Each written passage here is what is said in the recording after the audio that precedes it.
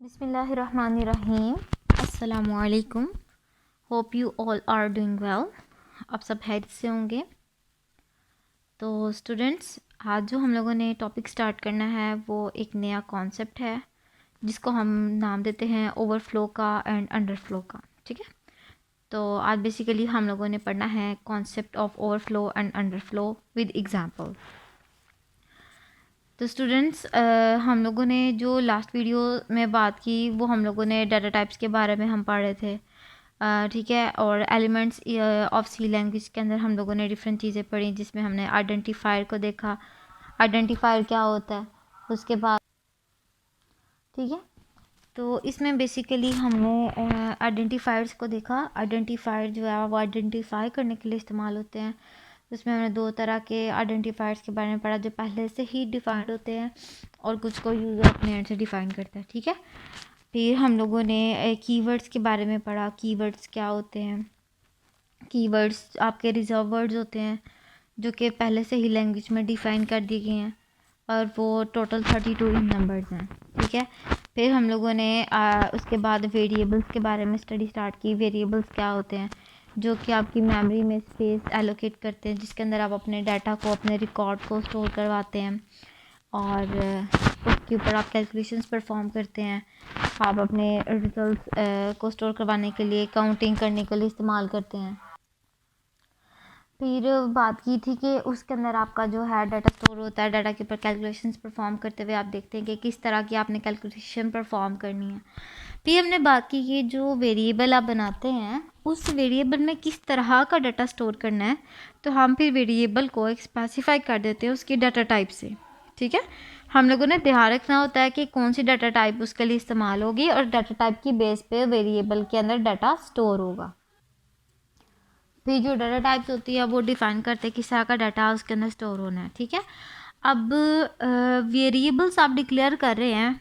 Variables के अंदर जो वैल्यू आएगी वो डिपेंड करती है डाटा टाइप के ऊपर कि आपने उसकी डाटा टाइप क्या रखी हुई है। ठीक है, अब होता क्या है कि डाटा टाइप के बेस पे आपने वैल्यूज़ को रखवाना है वेरिएबल्स के अंदर। अब वो वैल्यूज़ न्यूमेरिक भी हो सकती है, वो डिपेंड करता है कि किस तरह का डाटा आप उसके अंदर स्टोर करवा रहे हैं।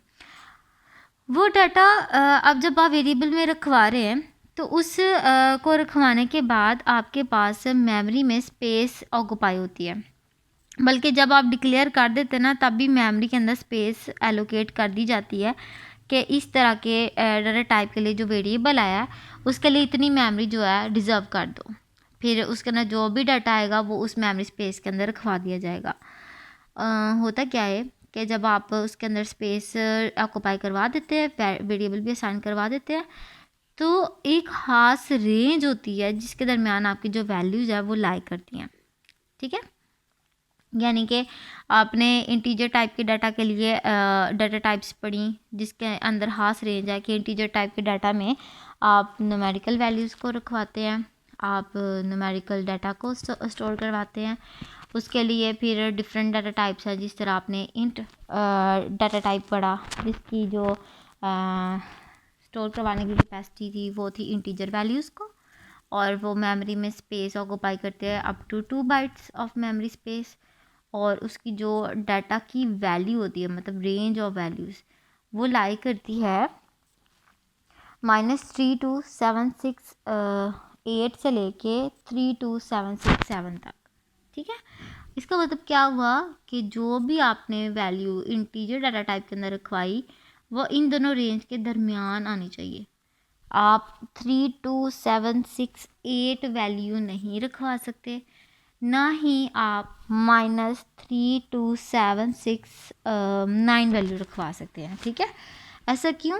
क्योंकि ये डाटा टाइप जब डिज़ाइन की जाती है तो डाटा टाइप में ये चीज़ स्पेसिफाई कर दी जाती है कि इसके अंदर कितनी वैल्यू आपने स्टोर करवानी है, कितनी रेंज की वैल्यू जो है इसके अंदर स्टोर होगी। ठीक है, इसी तरह फिर आपने शॉर्ट डाटा टाइप के बारे में देखा। अब शॉर्ट डाटा टाइप क्या होती है? शॉर्ट डाटा टाइप आपकी इंटीजर वैल्यूज़ को ही स्टोर करवाने के लिए यूज़ होती है और ये भी आपकी 2 बाइट मेमोरी स्पेस को ऑक्यूपाई करती है। ठीक है, और इसकी जो रेंज होती है वो होती है -2 की पावर 15 से लेके 2 की पावर 15 -1 तक। ठीक है। इसका मतलब क्या हुआ कि जो भी वैल्यू इसके अंदर रखवाई जाएगी, इस डाटा टाइप के वेरिएबल के अंदर रखवाई जाएगी, उसकी रेंज जो उनसे होगी वो इन दोनों वैल्यूज़ के दरमियान की होगी। ठीक है। और मेमोरी में वो कितनी स्पेस ऑक्यूपाई करेगा, वो 2 बाइट की स्पेस ही ऑक्यूपाई करेगा। फिर हमने उसके नेक्स्ट वाली बात की अनसाइंड इंट की। अनसाइंड इंट में हमने कहा पॉजिटिव इंटीजर वैल्यूज़ रखवाई जाएंगी। ठीक है। पॉजिटिव इंटीजर वैल्यूज़ को रखवाने का मकसद कि ये अनसाइंड इंट है, इस डाटा टाइप की जो भी वेरिएबल इस डाटा टाइप का होगा उसके अंदर आपकी पॉजिटिव इंटीजर वैल्यूज़ को रखवाया जाएगा। ठीक है। और फिर हमने बात की ये भी आपकी मेमोरी में 2 बाइट की स्पेस लेती है और इसकी जो रेंज होती है वो होती है 0 से लेके 2⁻16 - 1 तक। इसका मतलब 0 से लेके 2⁻16 - 1 तक की जो वैल्यूज़ होंगी इनके दरमियान जो भी वैल्यू लाई करेगी वो इस डाटा टाइप के वेरिएबल के अंदर हम स्टोर करवा सकते हैं। फिर हमने बात की लॉन्ग डाटा टाइप की। लॉन्ग डाटा टाइप के अंदर हम लोग लार्ज अमाउंट ऑफ वैल्यू को स्टोर करवाते हैं। ठीक है। लार्ज इंटीजर वैल्यूज़ को स्टोर करवाते हैं और मेमोरी स्पेस जो ये मेमोरी के अंदर ऑक्यूपाई करती है वो अप टू 4 बाइट डाटा को स्टोर करवाती है। ठीक है। मेमोरी जो है मेमोरी स्पेस जो इसके अंदर एलोकेट की जाती है वो up to 4 byte data space है, 4 बाइट की। और इसकी जो रेंज होती है वैल्यूज़ की वो होती है -2 147 483 648 से लेकर 2 147 483 647 तक। इन दोनों रेंज वैल्यूज़ के दरमियान की जो भी वैल्यू होगी आप इस टाइप के डाटा टाइप के अंदर रखवा सकते हैं। इस टाइप के डाटा टाइप वेरिएबल के अंदर आप रखवा सकते हैं। ठीक है। आप इसके दरमियान की जो वैल्यूज़ होंगी आप उसको यहाँ पे सेव करवा सकते हैं। फिर हम लोगों ने बात की कि एक होती है अनसाइंड लॉन्ग डाटा टाइप। इसमें क्या होता है, इसमें वैल्यूज़ लार्ज इंटीजर वैल्यूज़ ही होती है लेकिन वो होनी चाहिए पॉजिटिव। ठीक है। और इसने भी आपकी जो मेमोरी स्पेस है वो अप टू 4 बाइट एलोकेट करनी है। अब उसकी जो रेंज होती है वो 0 से लेके 4294967295 तक होती है। यानी कि जो आपकी वैल्यू इस डाटा टाइप के वेरिएबल के अंदर स्टोर होगी वो इन दोनों वैल्यूज़ 0 से लेके 4294967295 के दरमियान होगी। ठीक है। और मेमोरी स्पेस अगेन इसने कितनी ऑक्यूपाई करनी है, इसने memory space 4 byte up to 4 byte occupy करनी है। ये इंटीजर वैल्यूज़ की हमने बात की थी। फिर हम लोगों ने लास्ट वीडियो में फ्लोटिंग पॉइंट डाटा की बात की जिसके अंदर आप जो न्यूमेरिकल वैल्यू स्टोर करवाते हैं लेकिन वो न्यूमेरिकल वैल्यूज़ आपकी डेसिमल पॉइंट में होती है या फिर आपकी फ्रैक्शनल फॉर्म में होती है। ठीक है। तो उस टाइप के जो आप वेरिएबल्स को स्टोर करवाते हैं उसके लिए जो डाटा टाइप्स आप यूज़ करते हैं वो आपकी फ्लोटिंग पॉइंट डाटा को स्टोर करने के लिए होगी। अब उसके अंदर हम लोगों ने 3 टाइप्स को पढ़ा था। उसमें से हमने फर्स्ट टाइप को बात की तो वो थी हमारे पास फ्लोट डाटा टाइप जिसके अंदर हम लोग डेसिमल पॉइंट या फ्रैक्शनल पॉइंट वैल्यूज़ को स्टोर करवाते हैं और मेमोरी में वो अप टू 4 बाइट की स्पेस ऑक्यूपाई करती है। अब उसकी जो रेंज होती है वो होती है 3.4 मल्टीप्लाइड बाई 10⁻⁻38 से लेके 3.4 मल्टीप्लाइड 10⁻+38 के दरमियान। इसका मतलब इन दोनों वैल्यूज़ के दरमियान की जो भी वैल्यू होगी आप फ्लोट डाटा टाइप के वेरिएबल के अंदर स्टोर करवा सकते हैं। फिर हम लोगों ने इसकी सेकंड टाइप पढ़ी। सेकंड टाइप में हमने बात की डबल डाटा टाइप की। डबल डाटा टाइप में हम लोग up to large real values को स्टोर करवा सकते हैं, लार्ज फ्लोटिंग पॉइंट डाटा को स्टोर करवा सकते हैं और इसने मेमोरी में 8 बाइट की स्पेस ऑक्यूपाई करनी होती है। ठीक है। और इसकी जो रेंज होती है वो होती है 1.7 मल्टीप्लाइड बाई 10⁻³ से लेके 1.7 मल्टीप्लाइड बाई 10⁻+308 तक। ठीक है। फिर हम लोगों ने बात की इसकी थर्ड टाइप की और थर्ड टाइप में हम लोगों ने बात की लॉन्ग डबल डाटा टाइप की। अब इसमें क्या होता है, इसमें जो आपकी वेरी लार्ज वैल्यूज़ होती है, वेरी लार्ज रियल वैल्यूज़ या फ्लोटिंग पॉइंट डाटा या डेसिमल पॉइंट फ्रैक्शनल फॉर्म में जो डाटा होता है उसको स्टोर करवाने के लिए हम यूज़ करते हैं। और इसमें जो मेमोरी स्पेस ऑक्यूपाई की जाती है या एलोकेट होती है वो up to 10 bytes memory space reserve की जाती है और इसकी जो रेंज होती है वो होती है 1.7 मल्टीप्लाइड बाई 10⁻⁻⁴932 से लेके 1.7 मल्टीप्लाइड बाई 10⁻+4932 तक। ठीक है, तो फ्लोटिंग पॉइंट डाटा में हम लोग प्रिसीजन के कॉन्सेप्ट को भी लेके चलते हैं कि डेसिमल पॉइंट्स की वैल्यूज़ है तो इसमें प्रिसीजन को भी देखना पड़ता है। तो आपकी हर डाटा टाइप कोई ना कोई ख़ास नंबर ऑफ़ वैल्यूज़ को प्रिसाइज़ करके आपको बताती है, प्रिसाइज़ मेजरमेंट उसकी देती है। जैसे फ्लोट डाटा टाइप आपको 6 डेसिमल प्लेसेस तक प्रिसीजन देती है, डबल डाटा टाइप आपको अप टू 15 डेसिमल प्लेसेस तक प्रिसीजन देती है, लॉन्ग डबल डाटा टाइप आपको अप टू 19 डेसिमल प्लेसेस तक प्रिसीजन प्रोवाइड करती है। तो बेसिकली ये बताने का मकसद ये था कि आज का जो टॉपिक है वो है concept of overflow and underflow. अब इस टॉपिक पे जो आपको मैंने पिछले 2 वीडियोस के लेक्चर्स को रिपीट किया, इसमें उसका बहुत बड़ा रोल है। वो कैसे कि हम लोगों ने न्यूमेरिकल वेरिएबल्स की बात की, हम लोगों ने वेरिएबल की रेंजेस की बात की क्योंकि उनके डाटा टाइप्स की बेस पे। तो कॉन्सेप्ट ऑफ ओवरफ्लो और अंडरफ्लो एक्चुअल में उसी से रिलेट करता है। हम स्टार्ट करते हैं। Each type of numeric variable can store a particular minimum and maximum value. Her numerical variable store करता है कोई ना कोई मिनिमम और मैक्सिमम वैल्यू, जो कि हमने रेंजेस की बात की कि यहाँ से लेके यहाँ तक के दरमियान की वैल्यूज उसने स्टोर करनी है, उस डाटा टाइप ने स्टोर करनी है। तो कोई भी न्यूमेरिकल वेरिएबल है उसकी कोई ना कोई खास लिमिट है जो कि कम से कम कितनी वैल्यू स्टोर करवाएगा और ज़्यादा से ज़्यादा कितनी वैल्यू को स्टोर करवाएगा। An error occurs if the value assigned to the variable is less than the minimum value or more than the maximum value.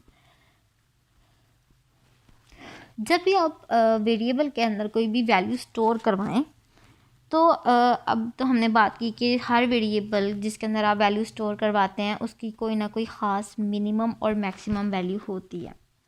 जब आप किसी वेरिएबल में कोई वैल्यू स्टोर करवाते हैं और उसकी जो वैल्यू जब आप स्टोर करवाते हुए देखते हैं कि वो उसकी मिनिमम ख़ास मिनिमम वैल्यू से कम या ख़ास मैक्सिमम वैल्यू से ज़्यादा है, तो आपका एरर जनरेट हो जाता है। तो आपका क्या हो जाता है, एरर अकर हो जाता है। होता क्या है कि जब आप वेरिएबल्स की रेंज से हट के वैल्यूज़ को स्टोर करवाएं ना, तो कोई ना कोई एरर आ जाता है। And overflow occurs when the value assigned to a variable is more than the maximum possible value. Overflow क्या होता है? ओवरफ्लो एरर तब अकर होता है जब आपके वेरिएबल के अंदर जो भी वैल्यू आप उसको असाइन कर रहे हैं वो उसकी मैक्सिमम से ज़्यादा हो जाती है। ठीक है, हर वेरिएबल की कोई ना कोई मिनिमम वैल्यू और मैक्सिमम वैल्यू है ना। तो जब आप वेरिएबल की के अंदर कोई भी वैल्यू असाइन कर रहे होते हैं तो अगर तो उसकी मैक्सिमम वैल्यू पॉसिबल वैल्यू से बढ़ जाए तो हमारे पास जो वेरिएबल होता है वो ओवरफ्लो हो जाता है। ठीक है, और जबकि अंडरफ्लो की जब हम बात करते हैं, and underflow occurs when the value assigned to a variable is less than the possible the minimum value. और अंडरफ्लो तब अकर होता है जब आप किसी भी वेरिएबल को जो भी वैल्यू असाइन कर रहे हैं वो उसके पॉसिबल मिनिमम वैल्यू से कम वैल्यू होती है। ठीक है, तो हम इसको रिपीट करते हैं। कोई भी वेरिएबल जिसके अंदर आप वैल्यू स्टोर करवा रहे हैं उस वेरिएबल की खास एक रेंज है। ठीक है, और वो रेंज कहाँ से डिसाइड होती है, आप डिसाइड होता है डाटा टाइप की बेस पे। अब होता क्या है कि जब आप वेरिएबल को कोई ना कोई वैल्यू असाइन करते हैं तो अगर तो वैल्यू असाइन करते हुए असाइन कर रहे हैं तो उसकी कोई ना कोई ख़ास मिनिमम वैल्यू होगी और एक ख़ास मैक्सिमम वैल्यू होगी जिससे वो एक्सीड नहीं करेगा, समझिए वो उसकी बॉर्डर लाइन है। और जब आप उस ख़ास लाइन्स यानी कि मिनिमम वैल्यू या मैक्सिमम वैल्यू से ज़्यादा या मिनिमम वैल्यू से कम वैल्यूज़ को स्टोर करवाते हैं तो आपका क्या होता है, एरर जनरेट हो जाता है, एरर अकर हो जाता है। जब आप किसी भी वेरिएबल की मैक्सिमम वैल्यू से ज़्यादा रेंज की वैल्यू स्टोर करवाएं तो आपका जो एरर अकर होता है या जो प्रॉब्लम आती है उसको कहते हैं कॉन्सेप्ट ओवरफ्लो का। इसका मतलब होता है वेरिएबल ओवरफ्लो हो गया। और जब आप किसी भी वेरिएबल के अंदर कोई भी वैल्यू असाइन करवाते हैं उसके मिनिमम वैल्यू से भी नीचे की value, less than minimum value से भी नीचे की वैल्यू आप स्टोर करवाते हैं तो जो आपके पास प्रॉब्लम रेज होती है, जो प्रॉब्लम आती है, उस कॉन्सेप्ट को हम कहते हैं ये वेरिएबल अंडरफ्लो हो गया। ठीक है, तो ये था बेसिकली आपके पास कॉन्सेप्ट कि वेरिएबल अंडरफ्लो और ओवरफ्लो क्या होता है। हर वेरिएबल, ठीक है, जो भी वेरिएबल आप यूज़ कर रहे हैं प्रोग्रामिंग के अंदर, हर वेरिएबल की कोई ना कोई ख़ास रेंज है। ठीक है, हर वेरिएबल की कोई ना कोई ख़ास रेंज है और उस ख़ास रेंज ने उसको डिफ़ाइन करना होता है कि इतनी रेंज के अंदर इस वेरिएबल के अंदर वैल्यू स्टोर हो सकती है। ठीक है, वो उससे एक्सीड भी नहीं कर सकती और वो उससे कम पे भी नहीं जा सकती, मतलब वो दोनों लिमिट्स को क्रॉस नहीं कर सकती। एक लिमिट उसके मिनिमम साइड पे है कि उसकी लिमिट मैक्सिमम साइड पे है। जब कभी वेरिएबल को जो भी असाइन होगी वैल्यू, वो उस लिमिट के अंदर रहते हुए असाइन होगी। अगर तो वेरिएबल की लिमिट से ज़्यादा असाइन हो जाती है, फॉर एग्जांपल मैक्सिमम वैल्यू से ज़्यादा आप किसी वैल्यू को उसके अंदर स्टोर कर देते हैं, तो क्या होगा, आपके वेरिएबल के अंदर एरर आ जाएगा क्योंकि उसकी रेंज से बढ़ गया। ठीक है, तो वो एरर को हम कहते हैं, वो हो गया ओवरफ्लो।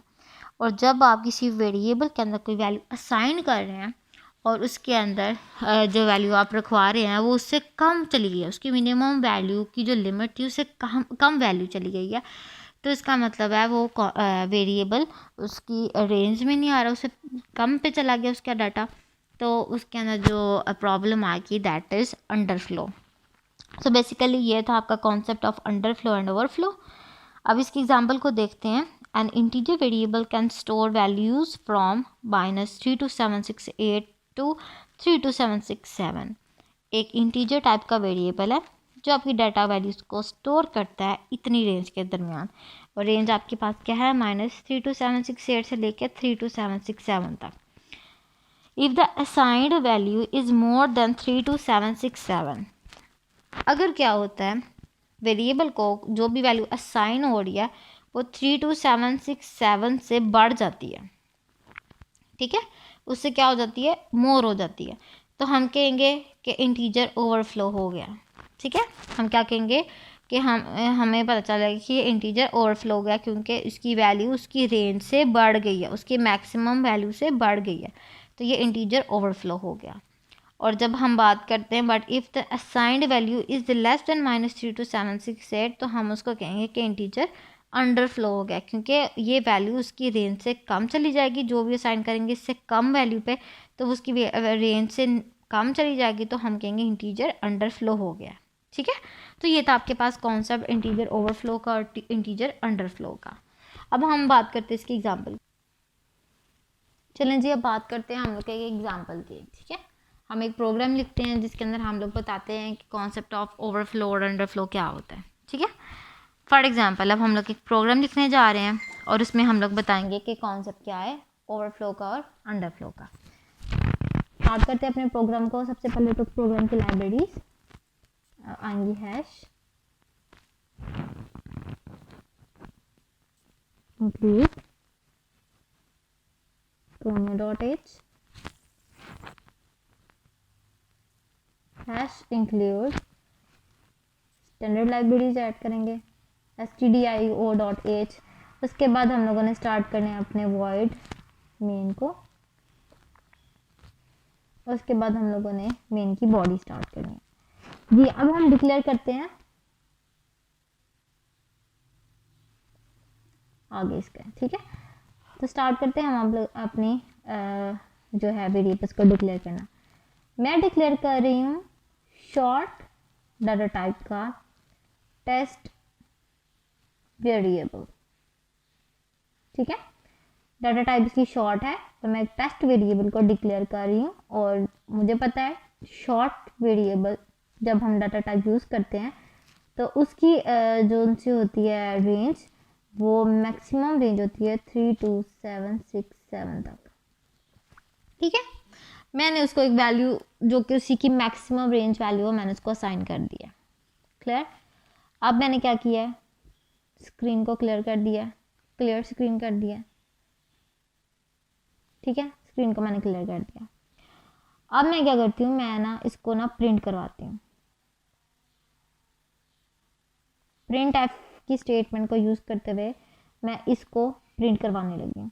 तो सबसे पहले क्या होगा, परसेंटेज d\n, कॉमा, मैंने इसको प्रिंट करवाना है तो मुझे इसके वेरिएबल को कॉल करनी पड़ेगी। तो वेरिएबल को मैंने यहाँ पे कॉल कर दी, टेस्ट वेरिएबल। इसके अगेंस्ट में जो मेरा रिजल्ट जनरेट होगा वो होगा यहाँ पर, इस स्टेटमेंट के अगेंस्ट में जो मेरा रिजल्ट जनरेट होगा वो एज एन आउटपुट इधर आएगी। ठीक है, यहाँ पे हम ले लेते हैं आउटपुट। अब मैंने टेस्ट वेरिएबल के अंदर ये वैल्यूज को स्टोर करवाया था, अब मैंने इसको कर दिया प्रिंट। प्रिंट करने के रिजल्ट में मेरे पास जो जनरेट होगा रिजल्ट वो होगा 3 2 7 6 7। ठीक है, क्यों? क्योंकि मेरे पास टेस्ट वेरिएबल में ये वैल्यू स्टोर हुई थी जो कि within a range of short आ रही थी, इसलिए वो मेरा रिजल्ट जनरेट कर दिया। चलें जी नेक्स्ट स्टेटमेंट पे आते हैं। नेक्स्ट स्टेटमेंट में बात करते हैं, मैं इसी टेस्ट वेरिएबल में एक वैल्यू ऐड कर देती हूँ क्योंकि ये इसकी मैक्सिमम रेंज है, इसके अंदर एक वैल्यू ऐड कर देती हूँ। इसका मतलब टेस्ट वेरिएबल, इसके अंदर मैंने क्या किया कि जो टेस्ट वेरिएबल है उस वैल्यू के अंदर +1 हो जाए। अब +1 होने का मतलब क्या होगा कि जो इसकी वैल्यू होगी वो 32767 से बढ़ के क्या बन जाएगी, 32768, जो कि शॉर्ट रेंज से एक्सीड कर जाएगी। शॉर्ट रेंज से वैल्यू क्या हो जाएगी, बढ़ जाएगी, उसकी जो रेंज वैल्यू थी उससे इंक्रीज हो जाएगी। अब मैं इसी को डिस्प्ले करवाती हूँ स्क्रीन के ऊपर एज अ रिजल्ट। तो देखते हैं इसका रिजल्ट क्या जनरेट होता है। प्रिंट एफ %d\n, और अब मैंने इसी टेस्ट वेरिएबल, जो कि टेस्ट वेरिएबल के अंदर आपकी वैल्यू थी 32767, अब उसके अंदर +1 हुआ, और +1 ये वैल्यू करने के बाद वो किस में स्टोर हुई, टेस्ट वेरिएबल के अंदर अगेन। अब मैं इसको डिस्प्ले करवा रही हूँ स्क्रीन के ऊपर। तो मैंने इसको प्रिंट एफ करवा दिया। अब मेरा आउटपुट क्या होगा, मेरा आउटपुट अब आएगा चेंज रॉन्ग। ठीक है, मेरा आउटपुट क्या होगा, चेंज रॉन्ग। क्यों?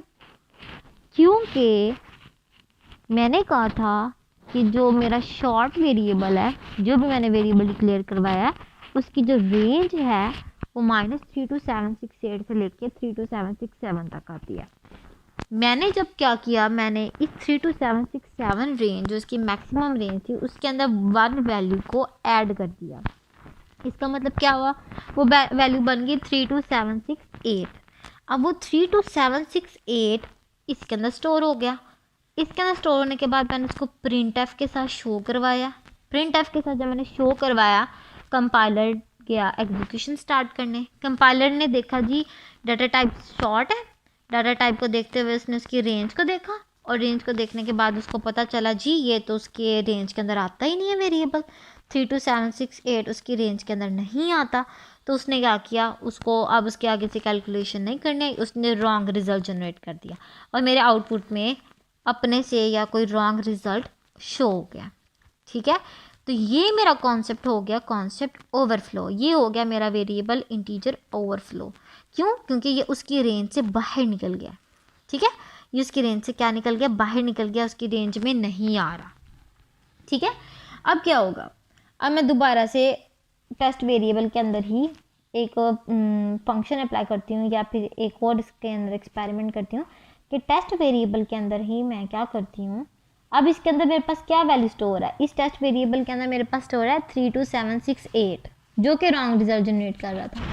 अब इसी 32768 के अंदर ये इसके अंदर स्टोर है, इस वेरिएबल के अंदर स्टोर है ऑलरेडी 32768। इसके अंदर मैं कर देती हूँ -1। ठीक है, मैंने क्या कर दिया, इसी के अंदर -1। अब मैं इसको डिस्प्ले करवाती हूँ स्क्रीन के ऊपर, तो देखते हैं क्या रिजल्ट आता है। प्रिंट एफ करवाया, %d\n, और इस टेस्ट वेरिएबल को दोबारा से स्क्रीन पे शो करवा रही हूँ। और जब मैंने इसको शो करवाया तो मेरे पास जो रिजल्ट आया वो क्या आएगा, 32767। ठीक है, बात की समझ आई? मेरे पास क्या रिजल्ट आया, 32767। और ये कैसे हुआ, ये देखिएगा। जब आपके पास, और यहाँ पे रुकिए मैं प्रोग्राम ख़त्म कर लूँ। मैंने गेट करेक्टर किया, और यहाँ पे मेरा जो प्रोग्राम है वो ख़त्म हो गया। ठीक है, चलें जी स्टार्ट करते हैं दोबारा से। मैंने क्या किया था, शॉर्ट टाइप की डाटा टाइप सेलेक्ट की, उसके अंदर एक वेरिएबल डिक्लेयर किया टेस्ट वेरिएबल के नाम से। उसके अंदर मैंने अब शॉर्ट टाइप की जो रेंज थी वो थी मेरे पास रेंज -32768 से लेके 32767 तक। ठीक है, अब इसकी मैक्सिमम रेंज है। ठीक है, ये इसकी क्या है, मैक्सिमम रेंज। अब मैंने इस रेंज को इसको एलोकेट कर दिया। ठीक है, इस वेरिएबल को असाइन कर दिया ये रेंज। इसका मतलब इस वेरिएबल के अंदर मैक्सिमम वैल्यू मैंने इसके अंदर स्टोर करवा दिया। मैंने क्या किया, स्क्रीन को क्लियर करवाया। अब मैंने उसको इस वेरिएबल को डिस्प्ले करवाया, प्रिंट एफ की स्टेटमेंट अप्लाई की, इस वेरिएबल को इसको असाइन किया, और मेरे पास जो रिजल्ट जनरेट हुआ वो आया ये 32767। ठीक है, ये रिजल्ट मेरे पास शो हो गया फर्स्ट प्रिंट एफ की स्टेटमेंट के साथ। ठीक है, अब इस वेरिएबल में क्या पड़ा हुआ है, 32767। ठीक है, मैंने क्या किया, मैंने फिर टेस्ट वेरिएबल को ही लिया। शॉर्ट टाइप का टेस्ट वेरिएबल है, इसकी मैंने टाइप को चेंज नहीं किया। अब टेस्ट वेरिएबल को दोबारा लिया, इसके अंदर मेरे पास पड़ा हुआ था 32767। मैंने उसके अंदर क्या किया, उसके अंदर एक 1 ऐड करवा दिया, यानी कि 32767 के अंदर +1 कर दिया, तो मेरे पास आ गया 32768। इसका मतलब ये 32768 इसके अंदर स्टोर हो गया। ठीक है, 32768 इसके अंदर स्टोर हो गया। क्यों, क्योंकि हम इसको असाइन भी कर रहे हैं। अब ये 32768 जब प्रिंट एफ की स्टेटमेंट के साथ शो होगा तो होना तो चाहिए 32768, लेकिन ये क्या है, ये शॉर्ट की रेंज में नहीं आ रहा है, ये इसकी मैक्सिमम से एक्सीड कर रहा है। तो क्या हो गया, मेरा रॉन्ग रिजल्ट जनरेट हो गया। ठीक है, ये मेरे रॉन्ग रिजल्ट जनरेट कर देगा। क्यों, क्योंकि 32768 शॉर्ट रेंज की रेंज से नहीं है, उसकी रेंज में नहीं आता, उसकी रेंज से एक्सीड कर गया। इसका मतलब ये मेरा क्या हो गया, फंक्शन या इंटीजर ओवरफ्लो हो गया। अब मैंने अगेन क्या किया, मेरे पास था इस टेस्ट वेरिएबल के अंदर 32768। ठीक है, जो कि रॉन्ग रिजल्ट जनरेट करा। अब मैंने अगेन क्या किया, मैं फिर से टेस्ट वेरिएबल लिया जो कि शॉर्ट टाइप का टेस्ट वेरिएबल है, वो दोबारा से मैंने लिख दिया। अब इसके अंदर मेरे पास जो स्टोर थी लेटेस्ट वैल्यू वो थी 32768, उसके अंदर मैंने किया -1। तो मेरे पास क्या रिजल्ट आना चाहिए, मेरे पास क्या आना चाहिए, इन दोनों को माइनस करने के बाद 32767। अब ये वैल्यू इस टेस्ट वेरिएबल को असाइन हो रही है। ठीक है, इस टेस्ट वेरिएबल को असाइन हो रही है, इसका मतलब इसके अंदर वैल्यू होगी 32767। अब मैंने इस टेस्ट वेरिएबल को प्रिंट एफ की स्टेटमेंट से शो करवाया। अब क्या होगा, अब ये जो है 32767 कंपाइलर ने देखा 32767 जो है 32767 जो है ये शॉर्ट रेंज के अंदर लाई कर रहा है। ठीक है, इसका मतलब ये मैक्सिमम वैल्यू इसके अंदर आ रही है। तो इसने क्या किया, इसने प्रिंट एफ की स्टेटमेंट के साथ इसको रिजल्ट स्क्रीन पे शो कर दिया। ठीक है, बात की समझ आई। तो बात ये थी हमारे पास कॉन्सेप्ट ओवरफ्लो का, जिसके अंदर क्या होगा कि जब आपके पास वेरिएबल को हम वैल्यू असाइन करते हैं, तो वेरिएबल को वैल्यू जब हम असाइन करते हैं तो हम लोग ना उसकी डाटा टाइप जो कि डिसाइड करती है कि इसके अंदर कितनी रेंज की वैल्यूज़ जो हैं वो आ सकती हैं। अगर तो वैल्यूज़ उसकी रेंज से बढ़ जाती हैं तो भी रॉन्ग रिजल्ट जनरेट करेगा, अगर वैल्यूज़ उसकी रेंज से कम हो जाती है तो भी रॉन्ग रिजल्ट जनरेट करेगा। जैसे कि यहाँ पर हुआ, मैंने टेस्ट वेरिएबल की मैक्सिमम वैल्यू शो करवाई, उसको असाइन कर दी शॉर्ट टाइप की रेंज के मुताबिक। अब शॉर्ट टाइप की जो रेंज है उसके अंदर जो वैल्यू स्टोर होती है मैक्सिमम ये वैल्यू है, मैंने स्टोर करवाई, मैंने प्रिंट एफ की स्टेटमेंट से उसको शो करवाया और मेरे पास करेक्ट रिजल्ट जनरेट हो गया 32767 हो गया। अब मैंने क्या किया, मैंने इसी टेस्ट वेरिएबल के अंदर +1 कर दिया। अब +1 करने से मेरे पास आता है 32768 जो कि शॉर्ट वैल्यू से एक्सीड कर जाएगा, शॉर्ट डाटा टाइप की रेंज से एक्सीड कर जाएगा, और ये वैल्यू ऐड होने के बाद इस टेस्ट वेरिएबल में असाइन हो जाएगी। और जब मैंने इसको स्क्रीन पर डिस्प्ले करवाया तो मेरे रॉन्ग रिजल्ट जनरेट हुआ और मेरा रिजल्ट आया -32768। ठीक है, जो कि रॉन्ग रिजल्ट है, आना चाहिए था 32768। हो सकता है इसके अलावा भी गलत रिजल्ट आ सके। क्यों, क्योंकि इंटीजर आपका हो गया है ओवरफ्लो। अब उसके बाद भी मैंने क्या किया, मैंने उसके अंदर क्या किया कि दोबारा से मैंने क्या टेस्ट वेरिएबल के अंदर -1 कर दिया। अब मेरे पास पड़ा हुआ था लेटेस्ट में 32768, अब 32768 में से -5 करने के बाद मेरे पास वैल्यू आती है 32767। अब ये वैल्यू इस टेस्ट वेरिएबल में स्टोर होगी, इसको असाइन हो गई। अब जब मैंने इसको प्रिंट एफ की स्टेटमेंट से शो करवाया तो मेरे पास करेक्ट रिजल्ट आ गया 32767, बिकॉज ये शॉर्ट रेंज के अंदर लाई करता है।